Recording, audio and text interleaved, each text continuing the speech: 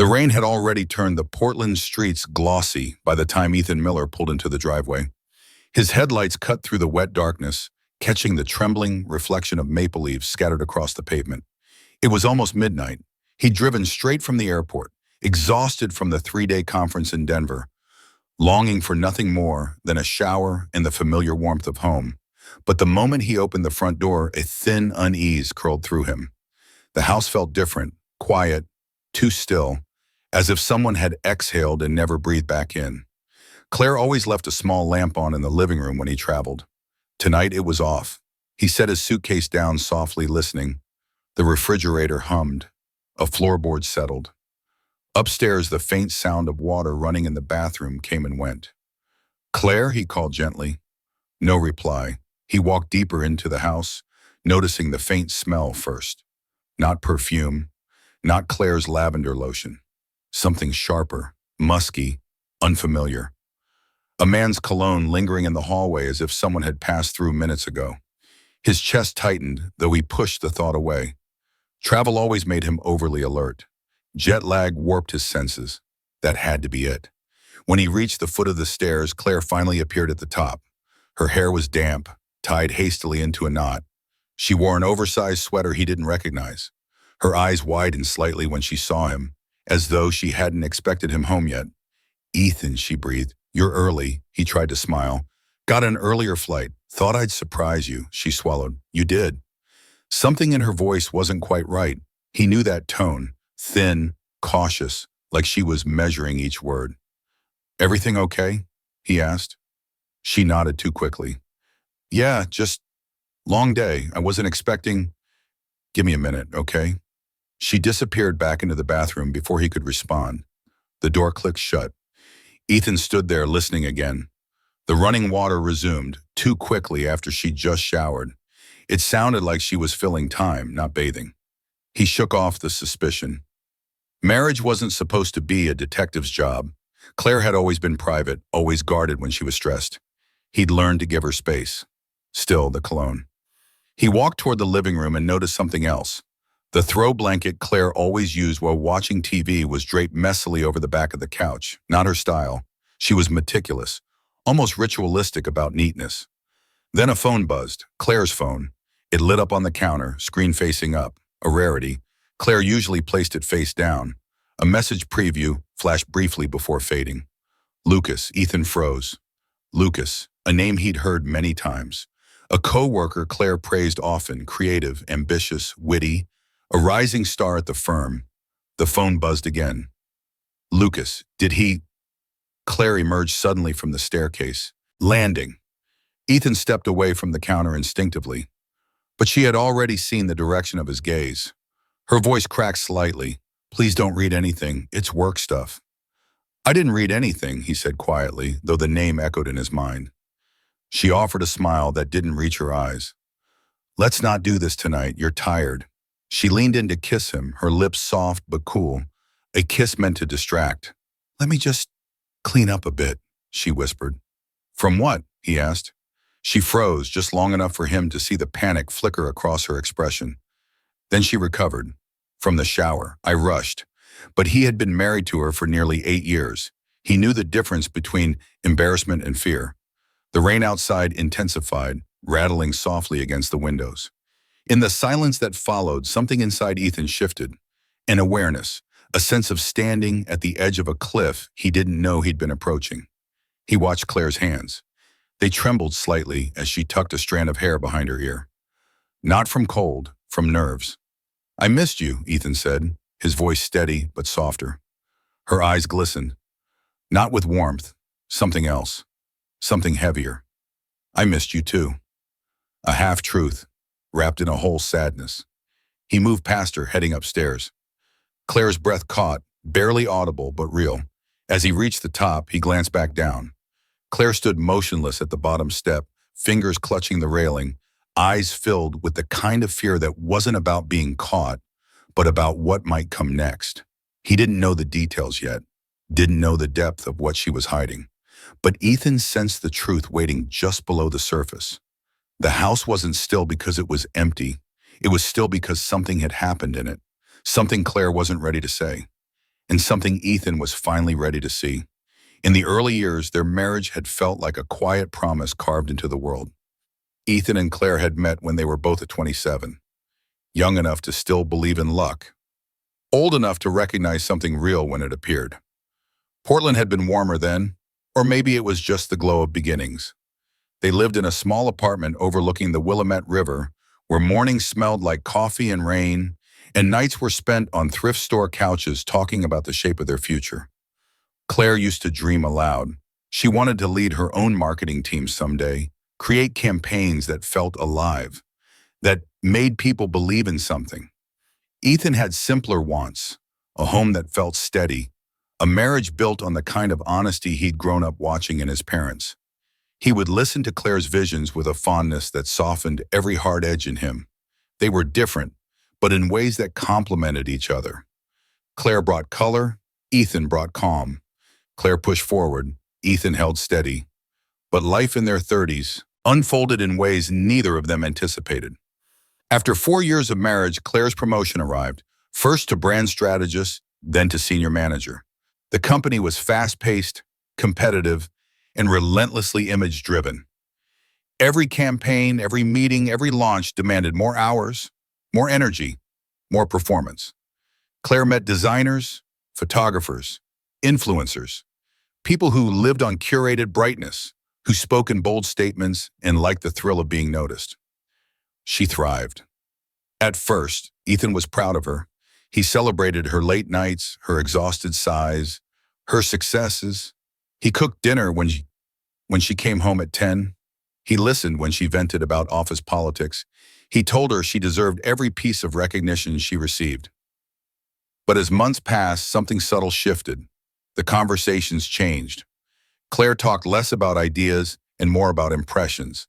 How many likes a campaign got, how many comments her personal post generated, who had praised her outfit that day, what the team thought of her leadership style. She began tracking online engagement like it was oxygen. Somewhere in the middle of all that noise, Claire started feeling like reality wasn't enough unless it was validated publicly. Ethan, meanwhile, remained grounded in routines, his architectural blueprints, his problem-solving projects, his belief that meaning didn't need an audience. For a long time, they lived beside each other instead of with each other. Not out of malice, but out of exhaustion. Claire would walk into their home still half connected to work, screen in hand, group chats pinging, Slack messages lighting up. Ethan would ask about her day, but she'd be scrolling. When he described his latest project, she'd nod absently, her mind elsewhere. They still loved each other, but the marriage had begun drifting, quietly, gradually, on two separate currents. Friends noticed before they did. "You two always seem so busy," one of them had said at a dinner party. "We're fine," Claire had replied too quickly, too brightly. Ethan had reached for her hand under the table. She squeezed back, but the pressure felt practiced, not intimate. By their 7th year of marriage, the cracks were thin, but undeniable. Arguments rarely exploded. They dissolved. Ethan would ask why Claire came home so late, and she'd answer distractedly, "It's the job, Ethan. You know how it is." He knew, but he also sensed that the job was no longer the only reason. Her firm had begun hosting creative networking nights, glossy gatherings with dim lights, fast drinks, and people who thrived on attention. Claire came home glowing after those nights, energized in a way that didn't resemble her anymore. Still, Ethan trusted her. That was the kind of man he was. He believed commitment meant assuming the best in the person you chose. But Claire had begun living in a world where attention was currency and validation felt intoxicating. The shift became clearer when the firm restructured and brought in Lucas Bennett. Lucas was everything Claire's world admired: sharp jawline, tailored suits, an instinctive magnetism that made rooms tilt toward him. He was known for bold pitches, late-night creativity, and a way of making people feel seen, especially women who felt invisible in their own lives. Ethan had heard the name long before he met the man. Claire talked about Lucas often, first with admiration, then with excitement, then with something Ethan couldn't quite name. The tone was different, effortlessly bright, almost youthful. "He really understands the psychology behind audiences," she once said. He pushes me to be better. Ethan had nodded. Good, growth is good. But something in his voice had betrayed him. Not suspicion, not jealousy, just the faint ache of watching someone he loved drift toward a place he couldn't follow. Then the travel began. Team trips, weekend retreats, out-of-town launches. Claire insisted they were necessary, that everyone attended, that she couldn't fall behind. Ethan believed her, or tried to, but distance built upon distance. Nights when Ethan sat alone at their dining table became common. He'd text her to ask when she'd be home, and she'd answer hours later, apologizing with tired emojis that felt strangely hollow. The first real warning sign had come 6 months before the night Ethan smelled cologne in their hallway. It was small, so small that a different man might have dismissed it completely. Claire had started curating her outfits more deliberately before work. Clothes she'd never worn around him, bolder makeup, perfumes he hadn't smelled on her before. She told him she wanted to look the part of a leader. It made sense, but the way she checked her reflection twice, the way she adjusted her neckline carefully before stepping out the door, those were the details Ethan never forgot. The drift wasn't dramatic. It was quiet, steady, like erosion. One grain at a time, worn down by ambition, exhaustion, and a hunger for something beyond the life she had. Ethan tried to hold them together. Weekend trips she canceled last minute. Marriage counseling she said they didn't need. Date nights she postponed because the team needs me tonight. He accepted too much, too kindly, believing love always circled back. But Claire had entered a world where circling back felt optional, where validation came quick and easy, where attention filled voids instantly, where someone like Lucas could say a few charming lines and make her feel alive again. By the time Ethan finally sensed the full truth, the drift was no longer subtle. It had become a chasm, and he was standing on one side of it, calling her name, while she stood on the other, facing the glow of a world that had already chosen her. The shift didn't arrive with thunder, it arrived with silence, a different tone in Claire's voice, a pause too long before answering a simple question. Ethan felt it first in the small moments, those barely there changes that only someone deeply in love would notice. On a Tuesday evening in early March, Ethan returned home earlier than usual. Claire was sitting at the kitchen counter, her laptop open, her posture stiff. When he kissed her cheek, she flinched almost imperceptibly, not from dislike, he told himself, but from surprise. She closed the laptop a little too fast, fingers hovering near the keyboard as if afraid he'd seen something she shouldn't have been typing. Long day? He asked gently. She forced a tired smile. Just endless meetings. I'm wiped. But her eyes didn't match her tone. They were bright, restless, almost expectant, like she was waiting for someone else to message her, someone whose attention mattered more than the husband standing in front of her.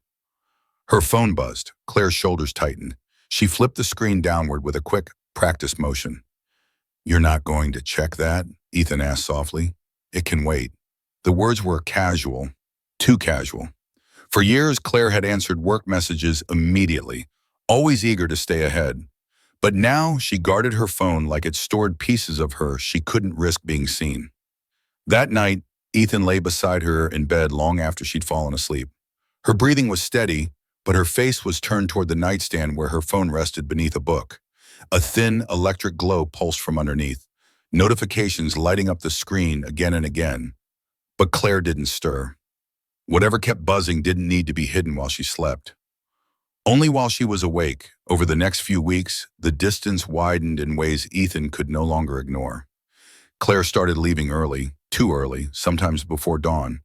When Ethan would ask why she needed to be at work by 6, she'd say, Lucas likes the morning to brainstorm. The office is quiet then. She said it with a tone of admiration that lingered in the room after she walked out the door. Her excuses grew thinner, but her convictions stronger. Another night, Ethan made dinner, her favorite lemon orzo with roasted chicken, hoping to bring back even a fraction of the closeness they used to share. Claire called at 7. I'm stuck at work, she said. Lucas needs me to finish the pitch with him. Again? Ethan tried to hide the disappointment. It's part of the you know how important this campaign is. He ate alone that night, the food cooling slowly, the house darker than it should have been. He told himself the same thing he always did. Claire was ambitious. She was committed. He had always admired that about her, but admiration had begun twisting into something else. Fear. One Saturday morning, while Claire showered after her early yoga class, Ethan heard her phone vibrate against the bathroom counter. The door was wide open. Steam drifted into the hallway. He wasn't trying to snoop. He was simply there, standing, listening, waiting. A message came through. Lucas. Miss last night. You okay? Miss last night. The words hit Ethan with a force he hadn't expected. His breath thinned. He felt the cold tile beneath his bare feet as if the house itself had gone icy. He stepped away, heart pounding. Claire emerged moments later, wrapped in a towel, humming lightly as if nothing in the world was amiss. She picked up her phone quickly, too quickly. Her eyes darted across the screen. Then she stopped humming. You're quiet, she said, noticing him. Just tired, Ethan replied. Did you see Lucas last night? The question drifted into the space between them, deceptively light but heavy with implication. Claire's expression froze, then rearranged itself into something neutral. Controlled. We were at a team dinner, she said. I told you, remember? He nodded slowly. He did remember. But now the memory felt tainted, like a story written to hide another. Why? Did something happen? She added, her tone shifting. The defensive edge too quick, too sharp. No, just asking. She stared at him a moment longer, eyes searching his face as if trying to read what he knew or didn't know. Then she turned away, muttering something about her hair still being damp. The rest of the day passed like two shadows moving through the same rooms but never touching. Ethan found himself watching Claire in ways he never had before.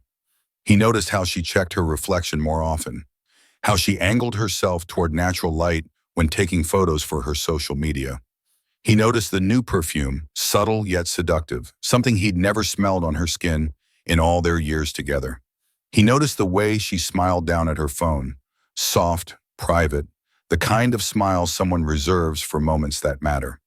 He wondered how long it had been since she'd smiled like that at him. One evening, Claire got ready for another late work session. She wore a fitted blouse, her hair styled with more care than usual. Ethan watched quietly from the doorway.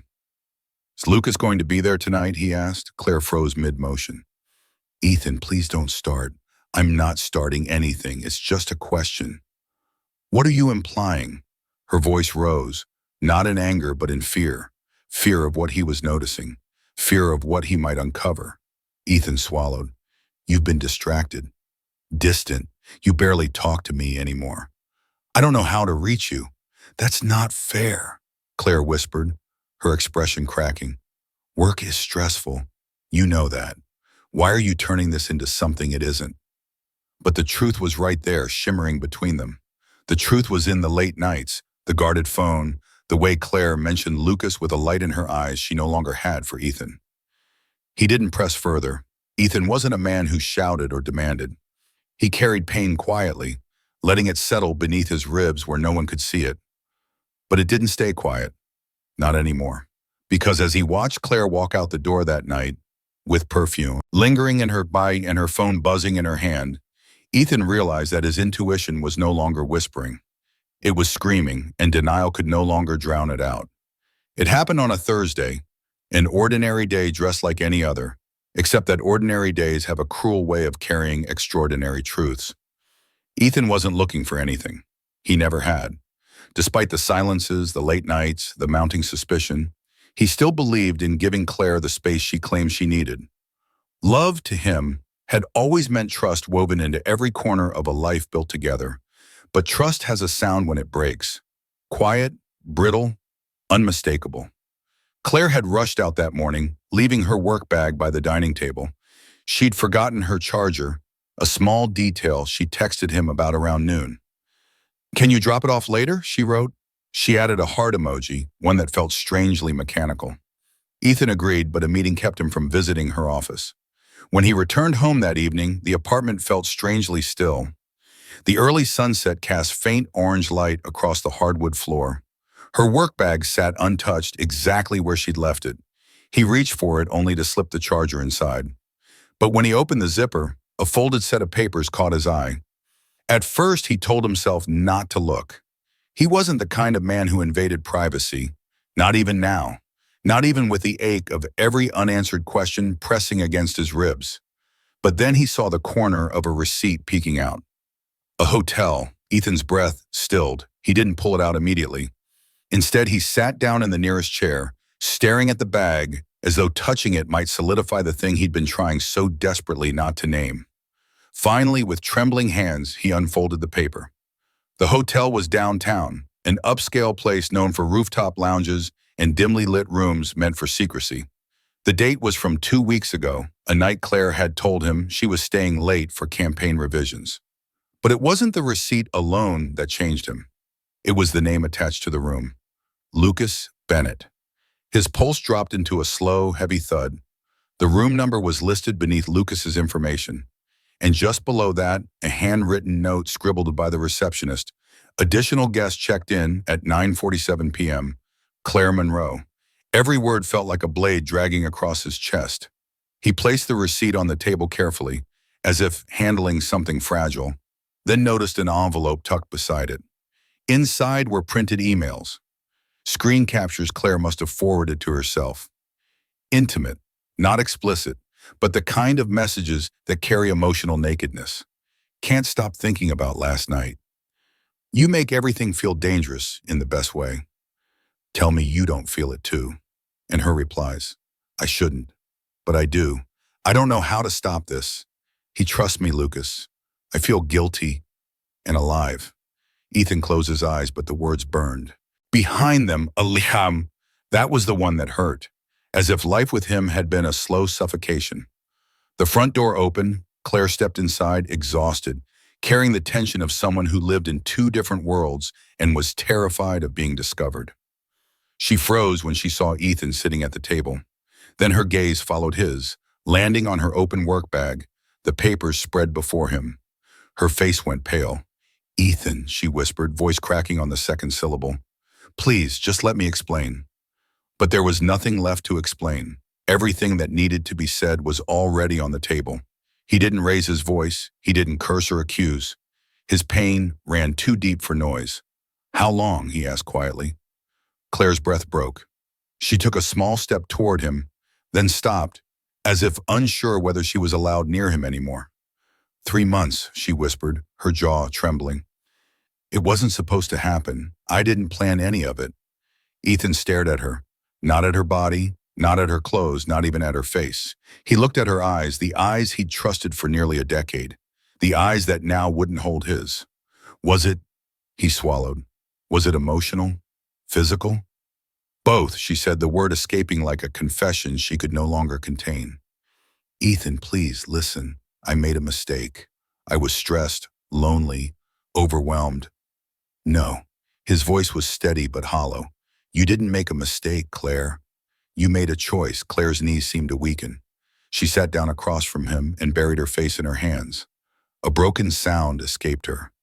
Half sob, half gasp. I never wanted to hurt you, she cried. I swear to God I didn't. Lucas made me feel seen, appreciated, like I wasn't just working myself to death for nothing. I didn't realize what was happening until it was too late. Too late for what? Ethan asked quietly. For the marriage? For us? She shook her head, tears streaking her cheeks. No, Ethan, please. You're my husband. You're the one I chose first. I don't want to lose you. He didn't respond immediately. The room felt too small, the air too thin. Ethan stared at the hotel receipt again, trying to understand how truth could fit on such a small piece of paper. Claire reached out, but he pulled his hand back instinctively, a reflex she noticed instantly. Her sob deepened. Please don't pull away from me, she whispered. I'm so sorry. I'm so sorry. But sorry couldn't rebuild trust. Sorry couldn't erase hotel room walls or dim lights, or the way she wrote that she felt alive with another man. Ethan stood slowly. Claire rose too, reaching for him. Ethan, please, can you forgive me? He looked at her, and something inside him collapsed, years of devotion folding inward. His voice was barely audible when he finally spoke. You want forgiveness, he said quietly, as if this was an accident. But Claire, you didn't slip. You walked. Her tears fell harder. You didn't make a mistake. Ethan whispered, stepping back as her world crumbled. You made a choice. And for the first time since the drift began, it wasn't Ethan who felt distant. It was Claire, left standing alone in the ruins of something she thought she could mend with an apology. The house is silent, too silent. The kind of silence that doesn't calm, but presses down like a weight. Claire stands in the living room, hands trembling, mascara smudged from hours of crying. Ethan enters slowly, the dull receipt and printed messages resting on the table between them like evidence at a crime scene. He doesn't yell. He doesn't break anything. He doesn't collapse. That almost frightens Claire more. She tries to reach for him, her voice cracking. Ethan, please, I told you it didn't mean anything. I was overwhelmed. Lucas was just there. I wasn't thinking. Her excuses feel rehearsed, thin, practiced, like lines from a script she never thought she'd have to perform in real life. Ethan looks at her, eyes hollow yet sharp. You weren't thinking? His voice is gentle, but there's still underneath. Claire, these messages span weeks. The hotel wasn't an accident. You made plans. You followed through. She shakes her head violently as if denying it might rewrite the past. No, you don't understand. I was stressed. Work was crazy. Lucas kept flattering me, and I just slipped. I never wanted to hurt you. Ethan closes his eyes. Something in him breaks quietly, cleanly, like a thread finally snapping. When he opens them again, the softness is gone. He steps closer, stopping just a breath away from her. Claire freezes, bracing herself for anger. But instead, Ethan speaks in a tone so calm it shakes her more than shouting ever could. You didn't make a mistake, he whispers. You made a choice. The words hit her like a physical blow. His gaze stays steady, unusually steady for a man whose world just collapsed. A mistake is forgetting an anniversary, he continues. A mistake is saying something careless in a fight. But planning, lying, hiding, that's not a mistake, Claire. That's a decision. Claire's lips tremble. Ethan, please, don't say it like that. But he doesn't stop. You chose him, he says, again and again. Every message, every night you lied about staying late, every time you look at me in the eye and told me you love me. Her knees weaken. I didn't love him, she protests between sobs. Maybe not, but you didn't love us enough to stop. The room feels colder. Claire feels smaller. Ethan steps back as if something inside him has settled, painful but final. Claire reaches for him, but he gently moves her hand away. For the first time, she senses the shift, the irreversible turn in the story, the moment where consequences arrive, quiet but undeniable. And Ethan, the man who once adored her without question, now looks at her like someone he no longer recognizes. The climax isn't loud, it isn't violent. It's the quiet realization that something precious has died, and neither of them can bring it back. The days after the confrontation blur into a haze, half-packed boxes, awkward silences, and the echo of footsteps in a house that suddenly feels too big for two people who no longer know each other. Ethan doesn't slam the door when he leaves. He simply walks out carrying one suitcase and a cardboard box of essentials, some clothes, a few books, an old photo of his parents. The rest he leaves behind. Not out of kindness, but because it no longer feels like his life. Watching Ethan's new reality. His new apartment overlooks a quiet stretch of the river, small, bare, and unfamiliar. The first night he sits on the balcony with a mug of bitter instant coffee, staring at the water as the city lights ripple across its surface. No Claire's laughter from the kitchen, no soft glow of their shared bedroom, just the hum of traffic and the cold whisper of solitude. Grief comes in waves. Some nights are sharp, filled with anger and replayed arguments. Others are numb, like he's watching someone else's life crumble from afar. He starts questioning everything. Who am I without her? Was I not enough? Did I miss the signs? Or did I just refuse to see them? At work, he becomes quieter, polite, efficient. But his colleagues notice the dark circles and the distant look in his eyes. He avoids questions, hiding behind task lists and long walks during lunch breaks. The silence of the apartment becomes both torture and therapy. It forces him to feel everything he's avoided for years, and slowly, painfully, it begins shaping him into someone stronger, someone who knows his worth. Yet, Claire's downward spiral. Claire stays in the house she once loved, but now every room feels haunted by memories she wishes she could rewind. She tries calling Ethan. He rarely answers. When he does, his responses are clipped, distant, never cruel, just gone. Lucas, the man she risked everything for, grows cold within weeks. He stops texting, stops flirting, eventually pulls her aside at work and mutters that things are too complicated and he needs space. It hits her harder than she expected, not because she loved him, but because she threw away her marriage for someone who was never willing to catch her. She becomes the center of whispered office gossip. Coworkers who once admired her confidence now avoid her. Brunch friends stop inviting her to gatherings, uncomfortable with choosing sides. Her reflection in the mirror becomes a stranger, a woman who traded stability for attention and wound up with neither. Late at night, she lies awake in the bed she once shared with Ethan, clutching his old sweatshirt like a lifeline. She replays his words. You didn't make a mistake. You made a choice. And the truth of it pierces deeper with every passing day. Two separate worlds, both of them, grieve in different ways. Ethan in silence, rebuilding piece by piece. Claire in regret, watching everything crumble. What was once a shared life is now two diverging paths, one heading slowly toward healing, the other spiraling into the painful aftermath of her own decisions. Neither of them escapes unchanged. It takes Claire 3 months to gather the courage to knock on Ethan's door. The hallway of his apartment building smells faintly of old carpet and river air, a stark contrast to the polished hardwood and citrus candles of their former home. She stands there trembling, clutching her coat with white knuckles, rehearsing words she knows will crumble the moment she sees him. When the door finally opens, Ethan looks different, calmer, thinner, more self-possessed.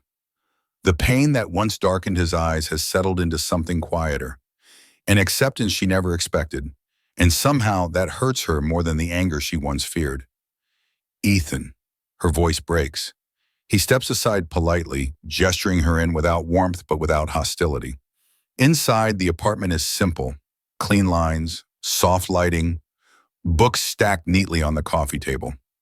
It's a space built for peace, not for chaos, and she feels instantly out of place, like a ghost intruding on a world that has already moved on. They sit across from each other. A chasm of months sits between them. Claire tries to speak, but her throat tightens. She presses a trembling hand to her chest. I should have said this sooner, but I was ashamed and scared. I didn't want to admit how much I destroyed. Ethan waits quietly. He doesn't rush her. That alone brings tears to her eyes. I didn't just cheat, she says finally. I chose attention over love. I chose validation over loyalty. I chose the version of myself that was addicted to being wanted. She wipes her cheeks with shaking fingers. Lucas didn't care about me. Not really. I knew that even then. I just didn't want to feel invisible anymore. Her confession spills like a dam breaking. The night she lied, the guilt she hid, the moment she wished he would confront her so she could stop running. She admits she missed him every day, that she misses the life they built, that she misses the version of herself she used to be when she was still worthy of his trust. I'm not here to justify anything, she whispers. I'm here to ask for forgiveness, for a chance to fix what I broke, to try again, if there's even the smallest part of you that wants us. Ethan looks at her steadily. No hatred, no bitterness, just clarity, the kind born only from months of quiet healing. Claire, he says gently, I'm not angry anymore. Her breath stutters. For a moment, hope flickers. But I'm not the same man I was, and you're not the same woman. She shakes her head rapidly, tears spilling. I can change. I can do better. Just let me try. He leans back slightly, exhaling a long, measured breath. I believe you regret it, he says. I believe you're sorry. But forgiveness doesn't always mean returning to what broke us. She looks gutted.